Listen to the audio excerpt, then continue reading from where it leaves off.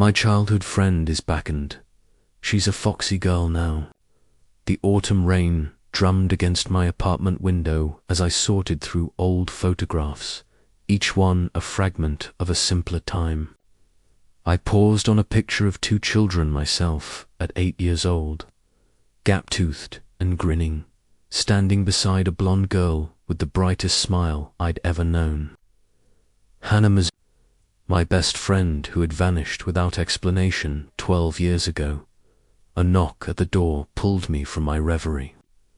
Strange I wasn't expecting anyone at 10 o'clock on a Wednesday night. When I opened the door, my breath caught in my throat. She stood there in the hallway, drenched from the rain, but it wasn't the water that made me stare. The woman before me had Hannah's face, those same warm amber eyes, that delicate nose, those full lips I'd memorized as a child. But protruding from her cascade of wavy blonde hair were 2 soft, triangular ears, russet-furred and unmistakably vulpine. Behind her, swaying nervously, was a magnificent tail that seemed to blend fox and feline features, thick and luxurious. "Kenji," she whispered, her voice exactly as I remembered it, though deeper now, more mature. "I know this is a lot, but I had nowhere else to go. I should have been terrified, should have slammed the door. Instead, I stepped aside. Hannah, is it really you?" She slipped inside, her tail curling round her legs protectively. Water dripped from her clothes onto my floor, but I barely noticed. She turned to face me fully, and I saw the uncertainty in her eyes, that same vulnerability she'd shown when we were kids, and she'd been afraid of disappointing me. "It's me," she said softly. "I know I look different. I know I owe you so many explanations. But Kenji, it's still me inside." I found myself reaching out, my hand trembling as it approached one of her ears. She flinched slightly, then relaxed, allowing me to touch the soft fur. It was real, warm and real beneath my fingertips. The ear twitched at my touch, and Hannah's cheeks flushed pink.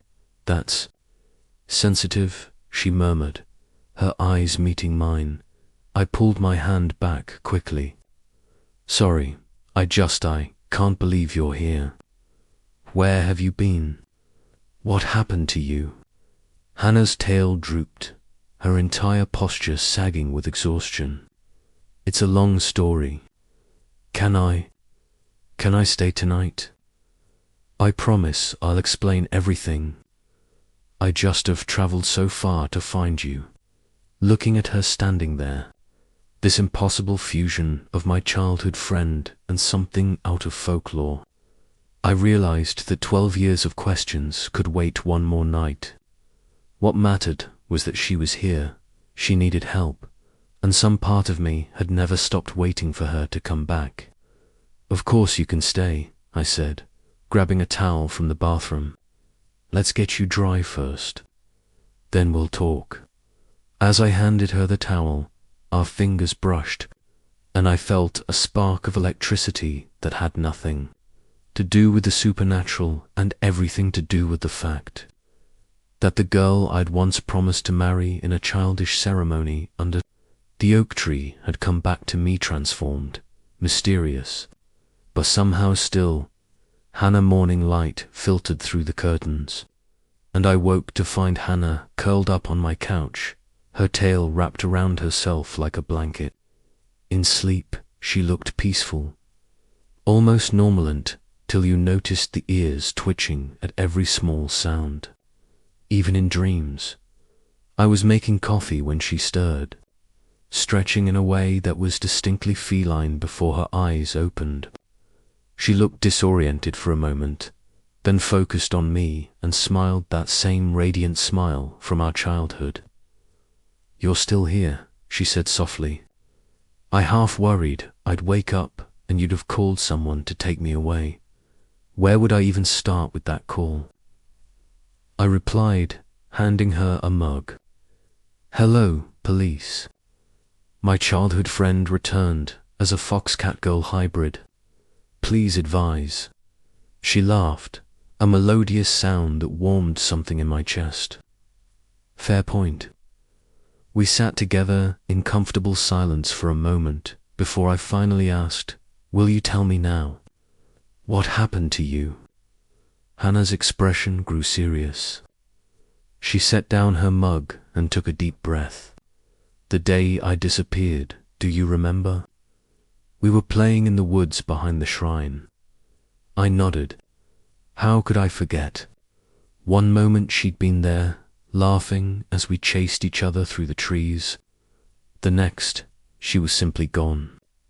Search parties had combed those woods for weeks. "I fell," she continued. "There was a hidden ravine, covered with brush. But I didn't land on rocks. I fell into something else, a threshold between worlds.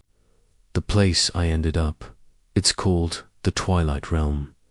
It exists alongside our world, invisible to most humans." Her tail swished agitatedly as she spoke. "The beings there, what humans have called yokai, spirits, mythical creatures. They found me, a human child, where I shouldn't be. I should have died from the fall, but their magic saved me. The problem was, the longer I stayed there, the more I changed. Their world transformed me into what you see now." I moved closer to her on the couch, drawn by the pain in her voice. "Why didn't you come back?" 12 years, Hannah. I tried," she said, her voice breaking. "God, Kenji, I tried so many times. But children of the Twilight Realm can't easily cross back. It took me years to learn enough magic to grow strong enough. And by then, I was afraid. Afraid you'd forgotten me. Afraid you'd be scared of what I'd become." Without thinking, I reached for her hand. Her fingers intertwined with mine, and I felt the subtle pads on her fingertips, another remnant of her transformation. "I could never forget you," I said. "You were my best friend, my favorite person in the whole world." Tears welled in her amber eyes. "You were mine too. You still are. That's why when I finally managed to cross back, the first thing I did was find you." She shifted closer, her shoulder pressing against mine. The proximity made my heart race in a way that had nothing to do with fear and everything to do with the beautiful woman she'd become. "There's more," she said quietly. "I'm being hunted. There are those in the Twilight Realm who believe I'm an abomination too human to be one of them, too changed to return to the human world. They've sent hunters after me. I've led them away from everyone I care about for years, but Kenji, I'm tired of running. I needed to see you one more time, even if it puts you in danger." I squeezed her hand tighter. "Then we'll face it together." "You don't understand what you're offering." "I don't care," I interrupted. "You came back to me. That's all that matters." 3 days had passed since Hannah's arrival, and my apartment had become a sanctuary.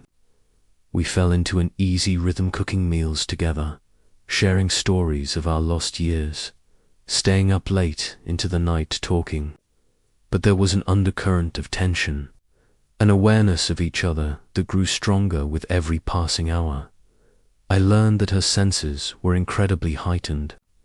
She could hear my neighbor's television through the walls, smell when I was making coffee before I'd even started the machine. Her reflexes were lightning fast, her strength surprising for her slender frame.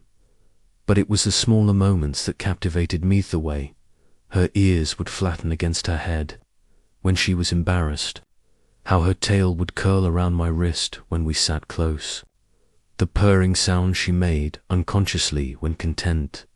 On the 4th night, everything changed.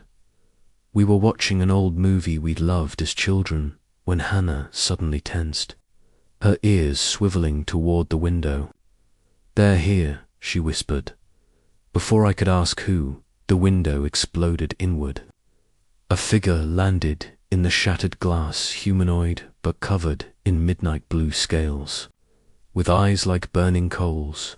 "Found you, little hybrid," it hissed.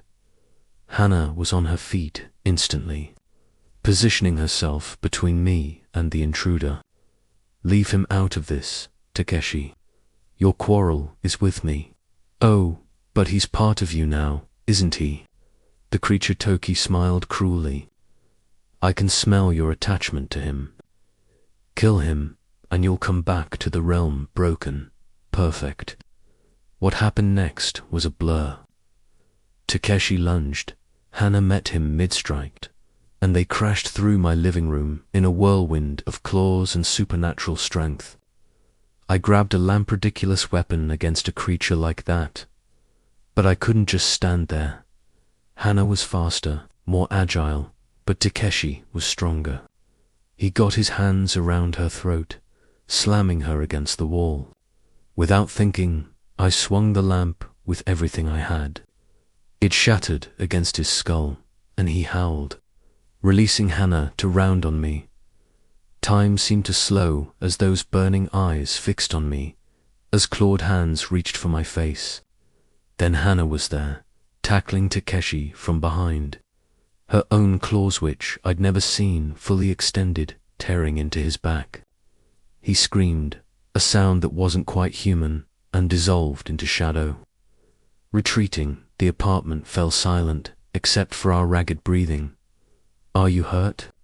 Hannah asked, her hands frantically checking me for injuries. "I'm fine." She had bruises forming on her neck, but she ignored them.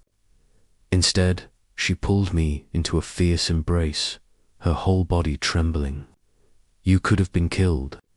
You should have run." "I'm not leaving you," I said into her hair. She pulled back just enough to look at me, and something shifted in her expression. Before I could process it, her lips were on mine, desperate, hungry, tasting of fear and relief and something wilder. I kissed her back with 12 years of longing, my hands tangling in her hair, careful of her sensitive ears. When we finally broke apart, both breathing hard, she whispered, "We can't stay here. It's not safe for you." "Then we'll go somewhere else," I replied. But I meant what I said. "I'm not leaving you. Not again." Her tail wrapped around my waist, pulling me closer. "Even knowing what I am, what will keep?"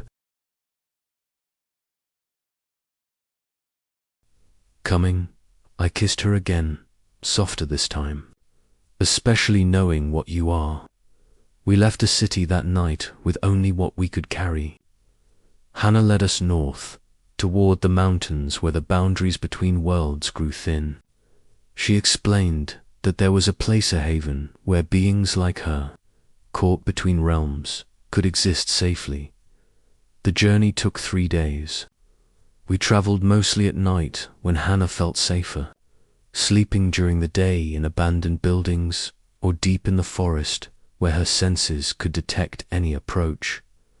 It was during one of these rest periods, hidden in a cave as rain poured outside, that we truly came together. We'd been sitting close for warmth, sharing body heat. When I'd started examining the bruises on her neck that were finally beginning to fade, my fingers traced the marks gently, and Hannah had made that soft, purring sound, her eyes half closing. "Does it hurt?" I asked. "No," she breathed. "Your touch. It feels good." The air between us charged with electricity. Slowly, giving her every chance to pull away, I leaned in and kissed her neck just below the bruises. She gasped, her tail tightening around my leg, her hands gripping my shoulders. "Kenji," she whispered. But it wasn't a protest. We made love there in that cave, learning each other's bodies with reverent touches and whispered affirmations. Her skin was softer than anything I'd ever felt, and when she moved against me, There was both human passion and something wilder, more primal. She was everything the girl I'd loved, the woman she'd become, and the magical being she now was, all woven together into someone extraordinary. Afterward, we lay tangled together, her head on my chest, her tail draped across both of us like a blanket. "I love you," she murmured. "I think I always have, even when we were children, even when I thought I'd never see you again." "I love you too," I replied, kissing the top of her head between her ears. "Every part of you." She looked up at me, vulnerability and hope warring in her amber eyes. "Even knowing we can never have a normal life, that there will always be danger, always people hunting me. Hannah, nothing about this is normal, but it's real and it's ours, and that's all I need." The next day, we reached the haven she'd spoken over, hidden village, nestled in a valley that seemed to exist slightly out of phase with reality. Here, dozens of hybrid beings like Hannah lived, some more human, some more creature, all caught between worlds. An elderly woman with deer antlers and kind eyes welcomed us. Her name was Fumiko, and she ran the sanctuary. "You're safe here," she told us, showing us to a small cottage at the edge of the village. "The barriers around this place are ancient and strong. No hunter can breach them." For the first time in days, I saw Hannah truly relax. We spent 2 weeks in the village, and they were the happiest of my life. Hannah bloomed there, surrounded by others like her, no longer having to hide. We made our cottage a home, falling into domestic routines that felt both ordinary and magical. But peace never lasts. I woke one night to find Hannah standing by the window, her silhouette limned in moonlight, her expression troubled. "What's wrong?" I asked, joining her. "Fumiko told me something today," she said quietly. "There's a way for me to become fully human again. An ancient ritual that could reverse my transformation." My heart clenched. "Do you want that?" She turned to me, her eyes searching mine. "I don't know. Part of me aches for it to be normal, to give us a chance at a regular life together. But another part of me, Kenji, these abilities, this form—it's been me for so long now. I don't know who I'd be without them." I pulled her into my arms, feeling her tailwind around us both. "What does your heart tell you?" "That I'm terrified of choosing wrong. If I stay like this, you'll always be in danger because of me. If I change back, I lose this strength that's kept me alive, and I don't know if I'd still be the person you love." "Hannah, listen to me," I said, tilting her chin up to meet my eyes. "I fell in love with you when you were an 8-year-old girl who shared her lunch with me. I fell in love with you again when you showed up at my door as this amazing, magical being. Do you know why? Because in both cases, you were fundamentally you-kind, brave, loyal, and so full of light it makes my chest hurt." Tears spilled down her cheeks. "But the danger will face it," I interrupted. "Human or hybrid, there are no guarantees in life. All we have is this moment and the choice to be together. Whatever form that takes them in." She kissed me then, fierce and grateful, and I tasted salt from her tears mixed with the kiss. "I don't want to change," she whispered against my lips. "These ears hear your heartbeat when you're near. This tail feels your emotions through the slightest touch. This strength keeps both of us safe. I don't want to give that up. I want to be exactly who I am, with you by my side." "Then that's what we'll do," I promised. The next morning, we told Fumiko her decision. The elder woman smiled as if she'd known all along what Hannah would choose. "The ritual doesn't have to reverse the transformation," Fumiko said cryptically. It can also strengthen the bond between two souls, if both are willing. She performed a ceremony that evening, with the whole village gathered. Ancient words in a language I didn't recognize, a circle of light that enveloped both Hannah and me. When it was done, I felt different, not transformed physically, but connected to Hannah in a way that went beyond anything I'd experienced. "You're bonded now," Fumiko explained. "Her strength is your strength. Your humanity is her anchor. Together, you're stronger than either alone." We stayed in the village for several more months, learning to use our new bond, training with others who'd chosen similar paths. When we finally decided to return to the human world, it was together. Confident and ready, we made a life that straddled both realms. I learned about the Twilight Realm, even visited it with Hannah as my guide. She learned to navigate human society again, finding work as a translator, her enhanced hearing and new languages from the Twilight Realm, making her invaluable. There were still dangers. Hunters occasionally found us, but we faced them together, our bond making us formidable. There were challenges too. Explaining Hannah to my family required creativity and some careful glamour magic, but we navigated them. 5 years after that rainy night when she'd appeared at my door, I proposed to her on a hilltop overlooking both the human city below and the shimmer of the Twilight Realm visible only to those who knew how to look. "I promised to marry you when we were 8 years old," I said, sliding a ring onto her finger. "I'd like to make good on that promise." Her ears perked forward in joy, her tail swishing excitedly. "I thought you'd never ask." We married in both worlds, a human ceremony for my family and friends, and a twilight ceremony for hers. To weddings, to worlds. One love, looking back at that scared man who'd opened his door to find his childhood friend transformed. I barely recognize him.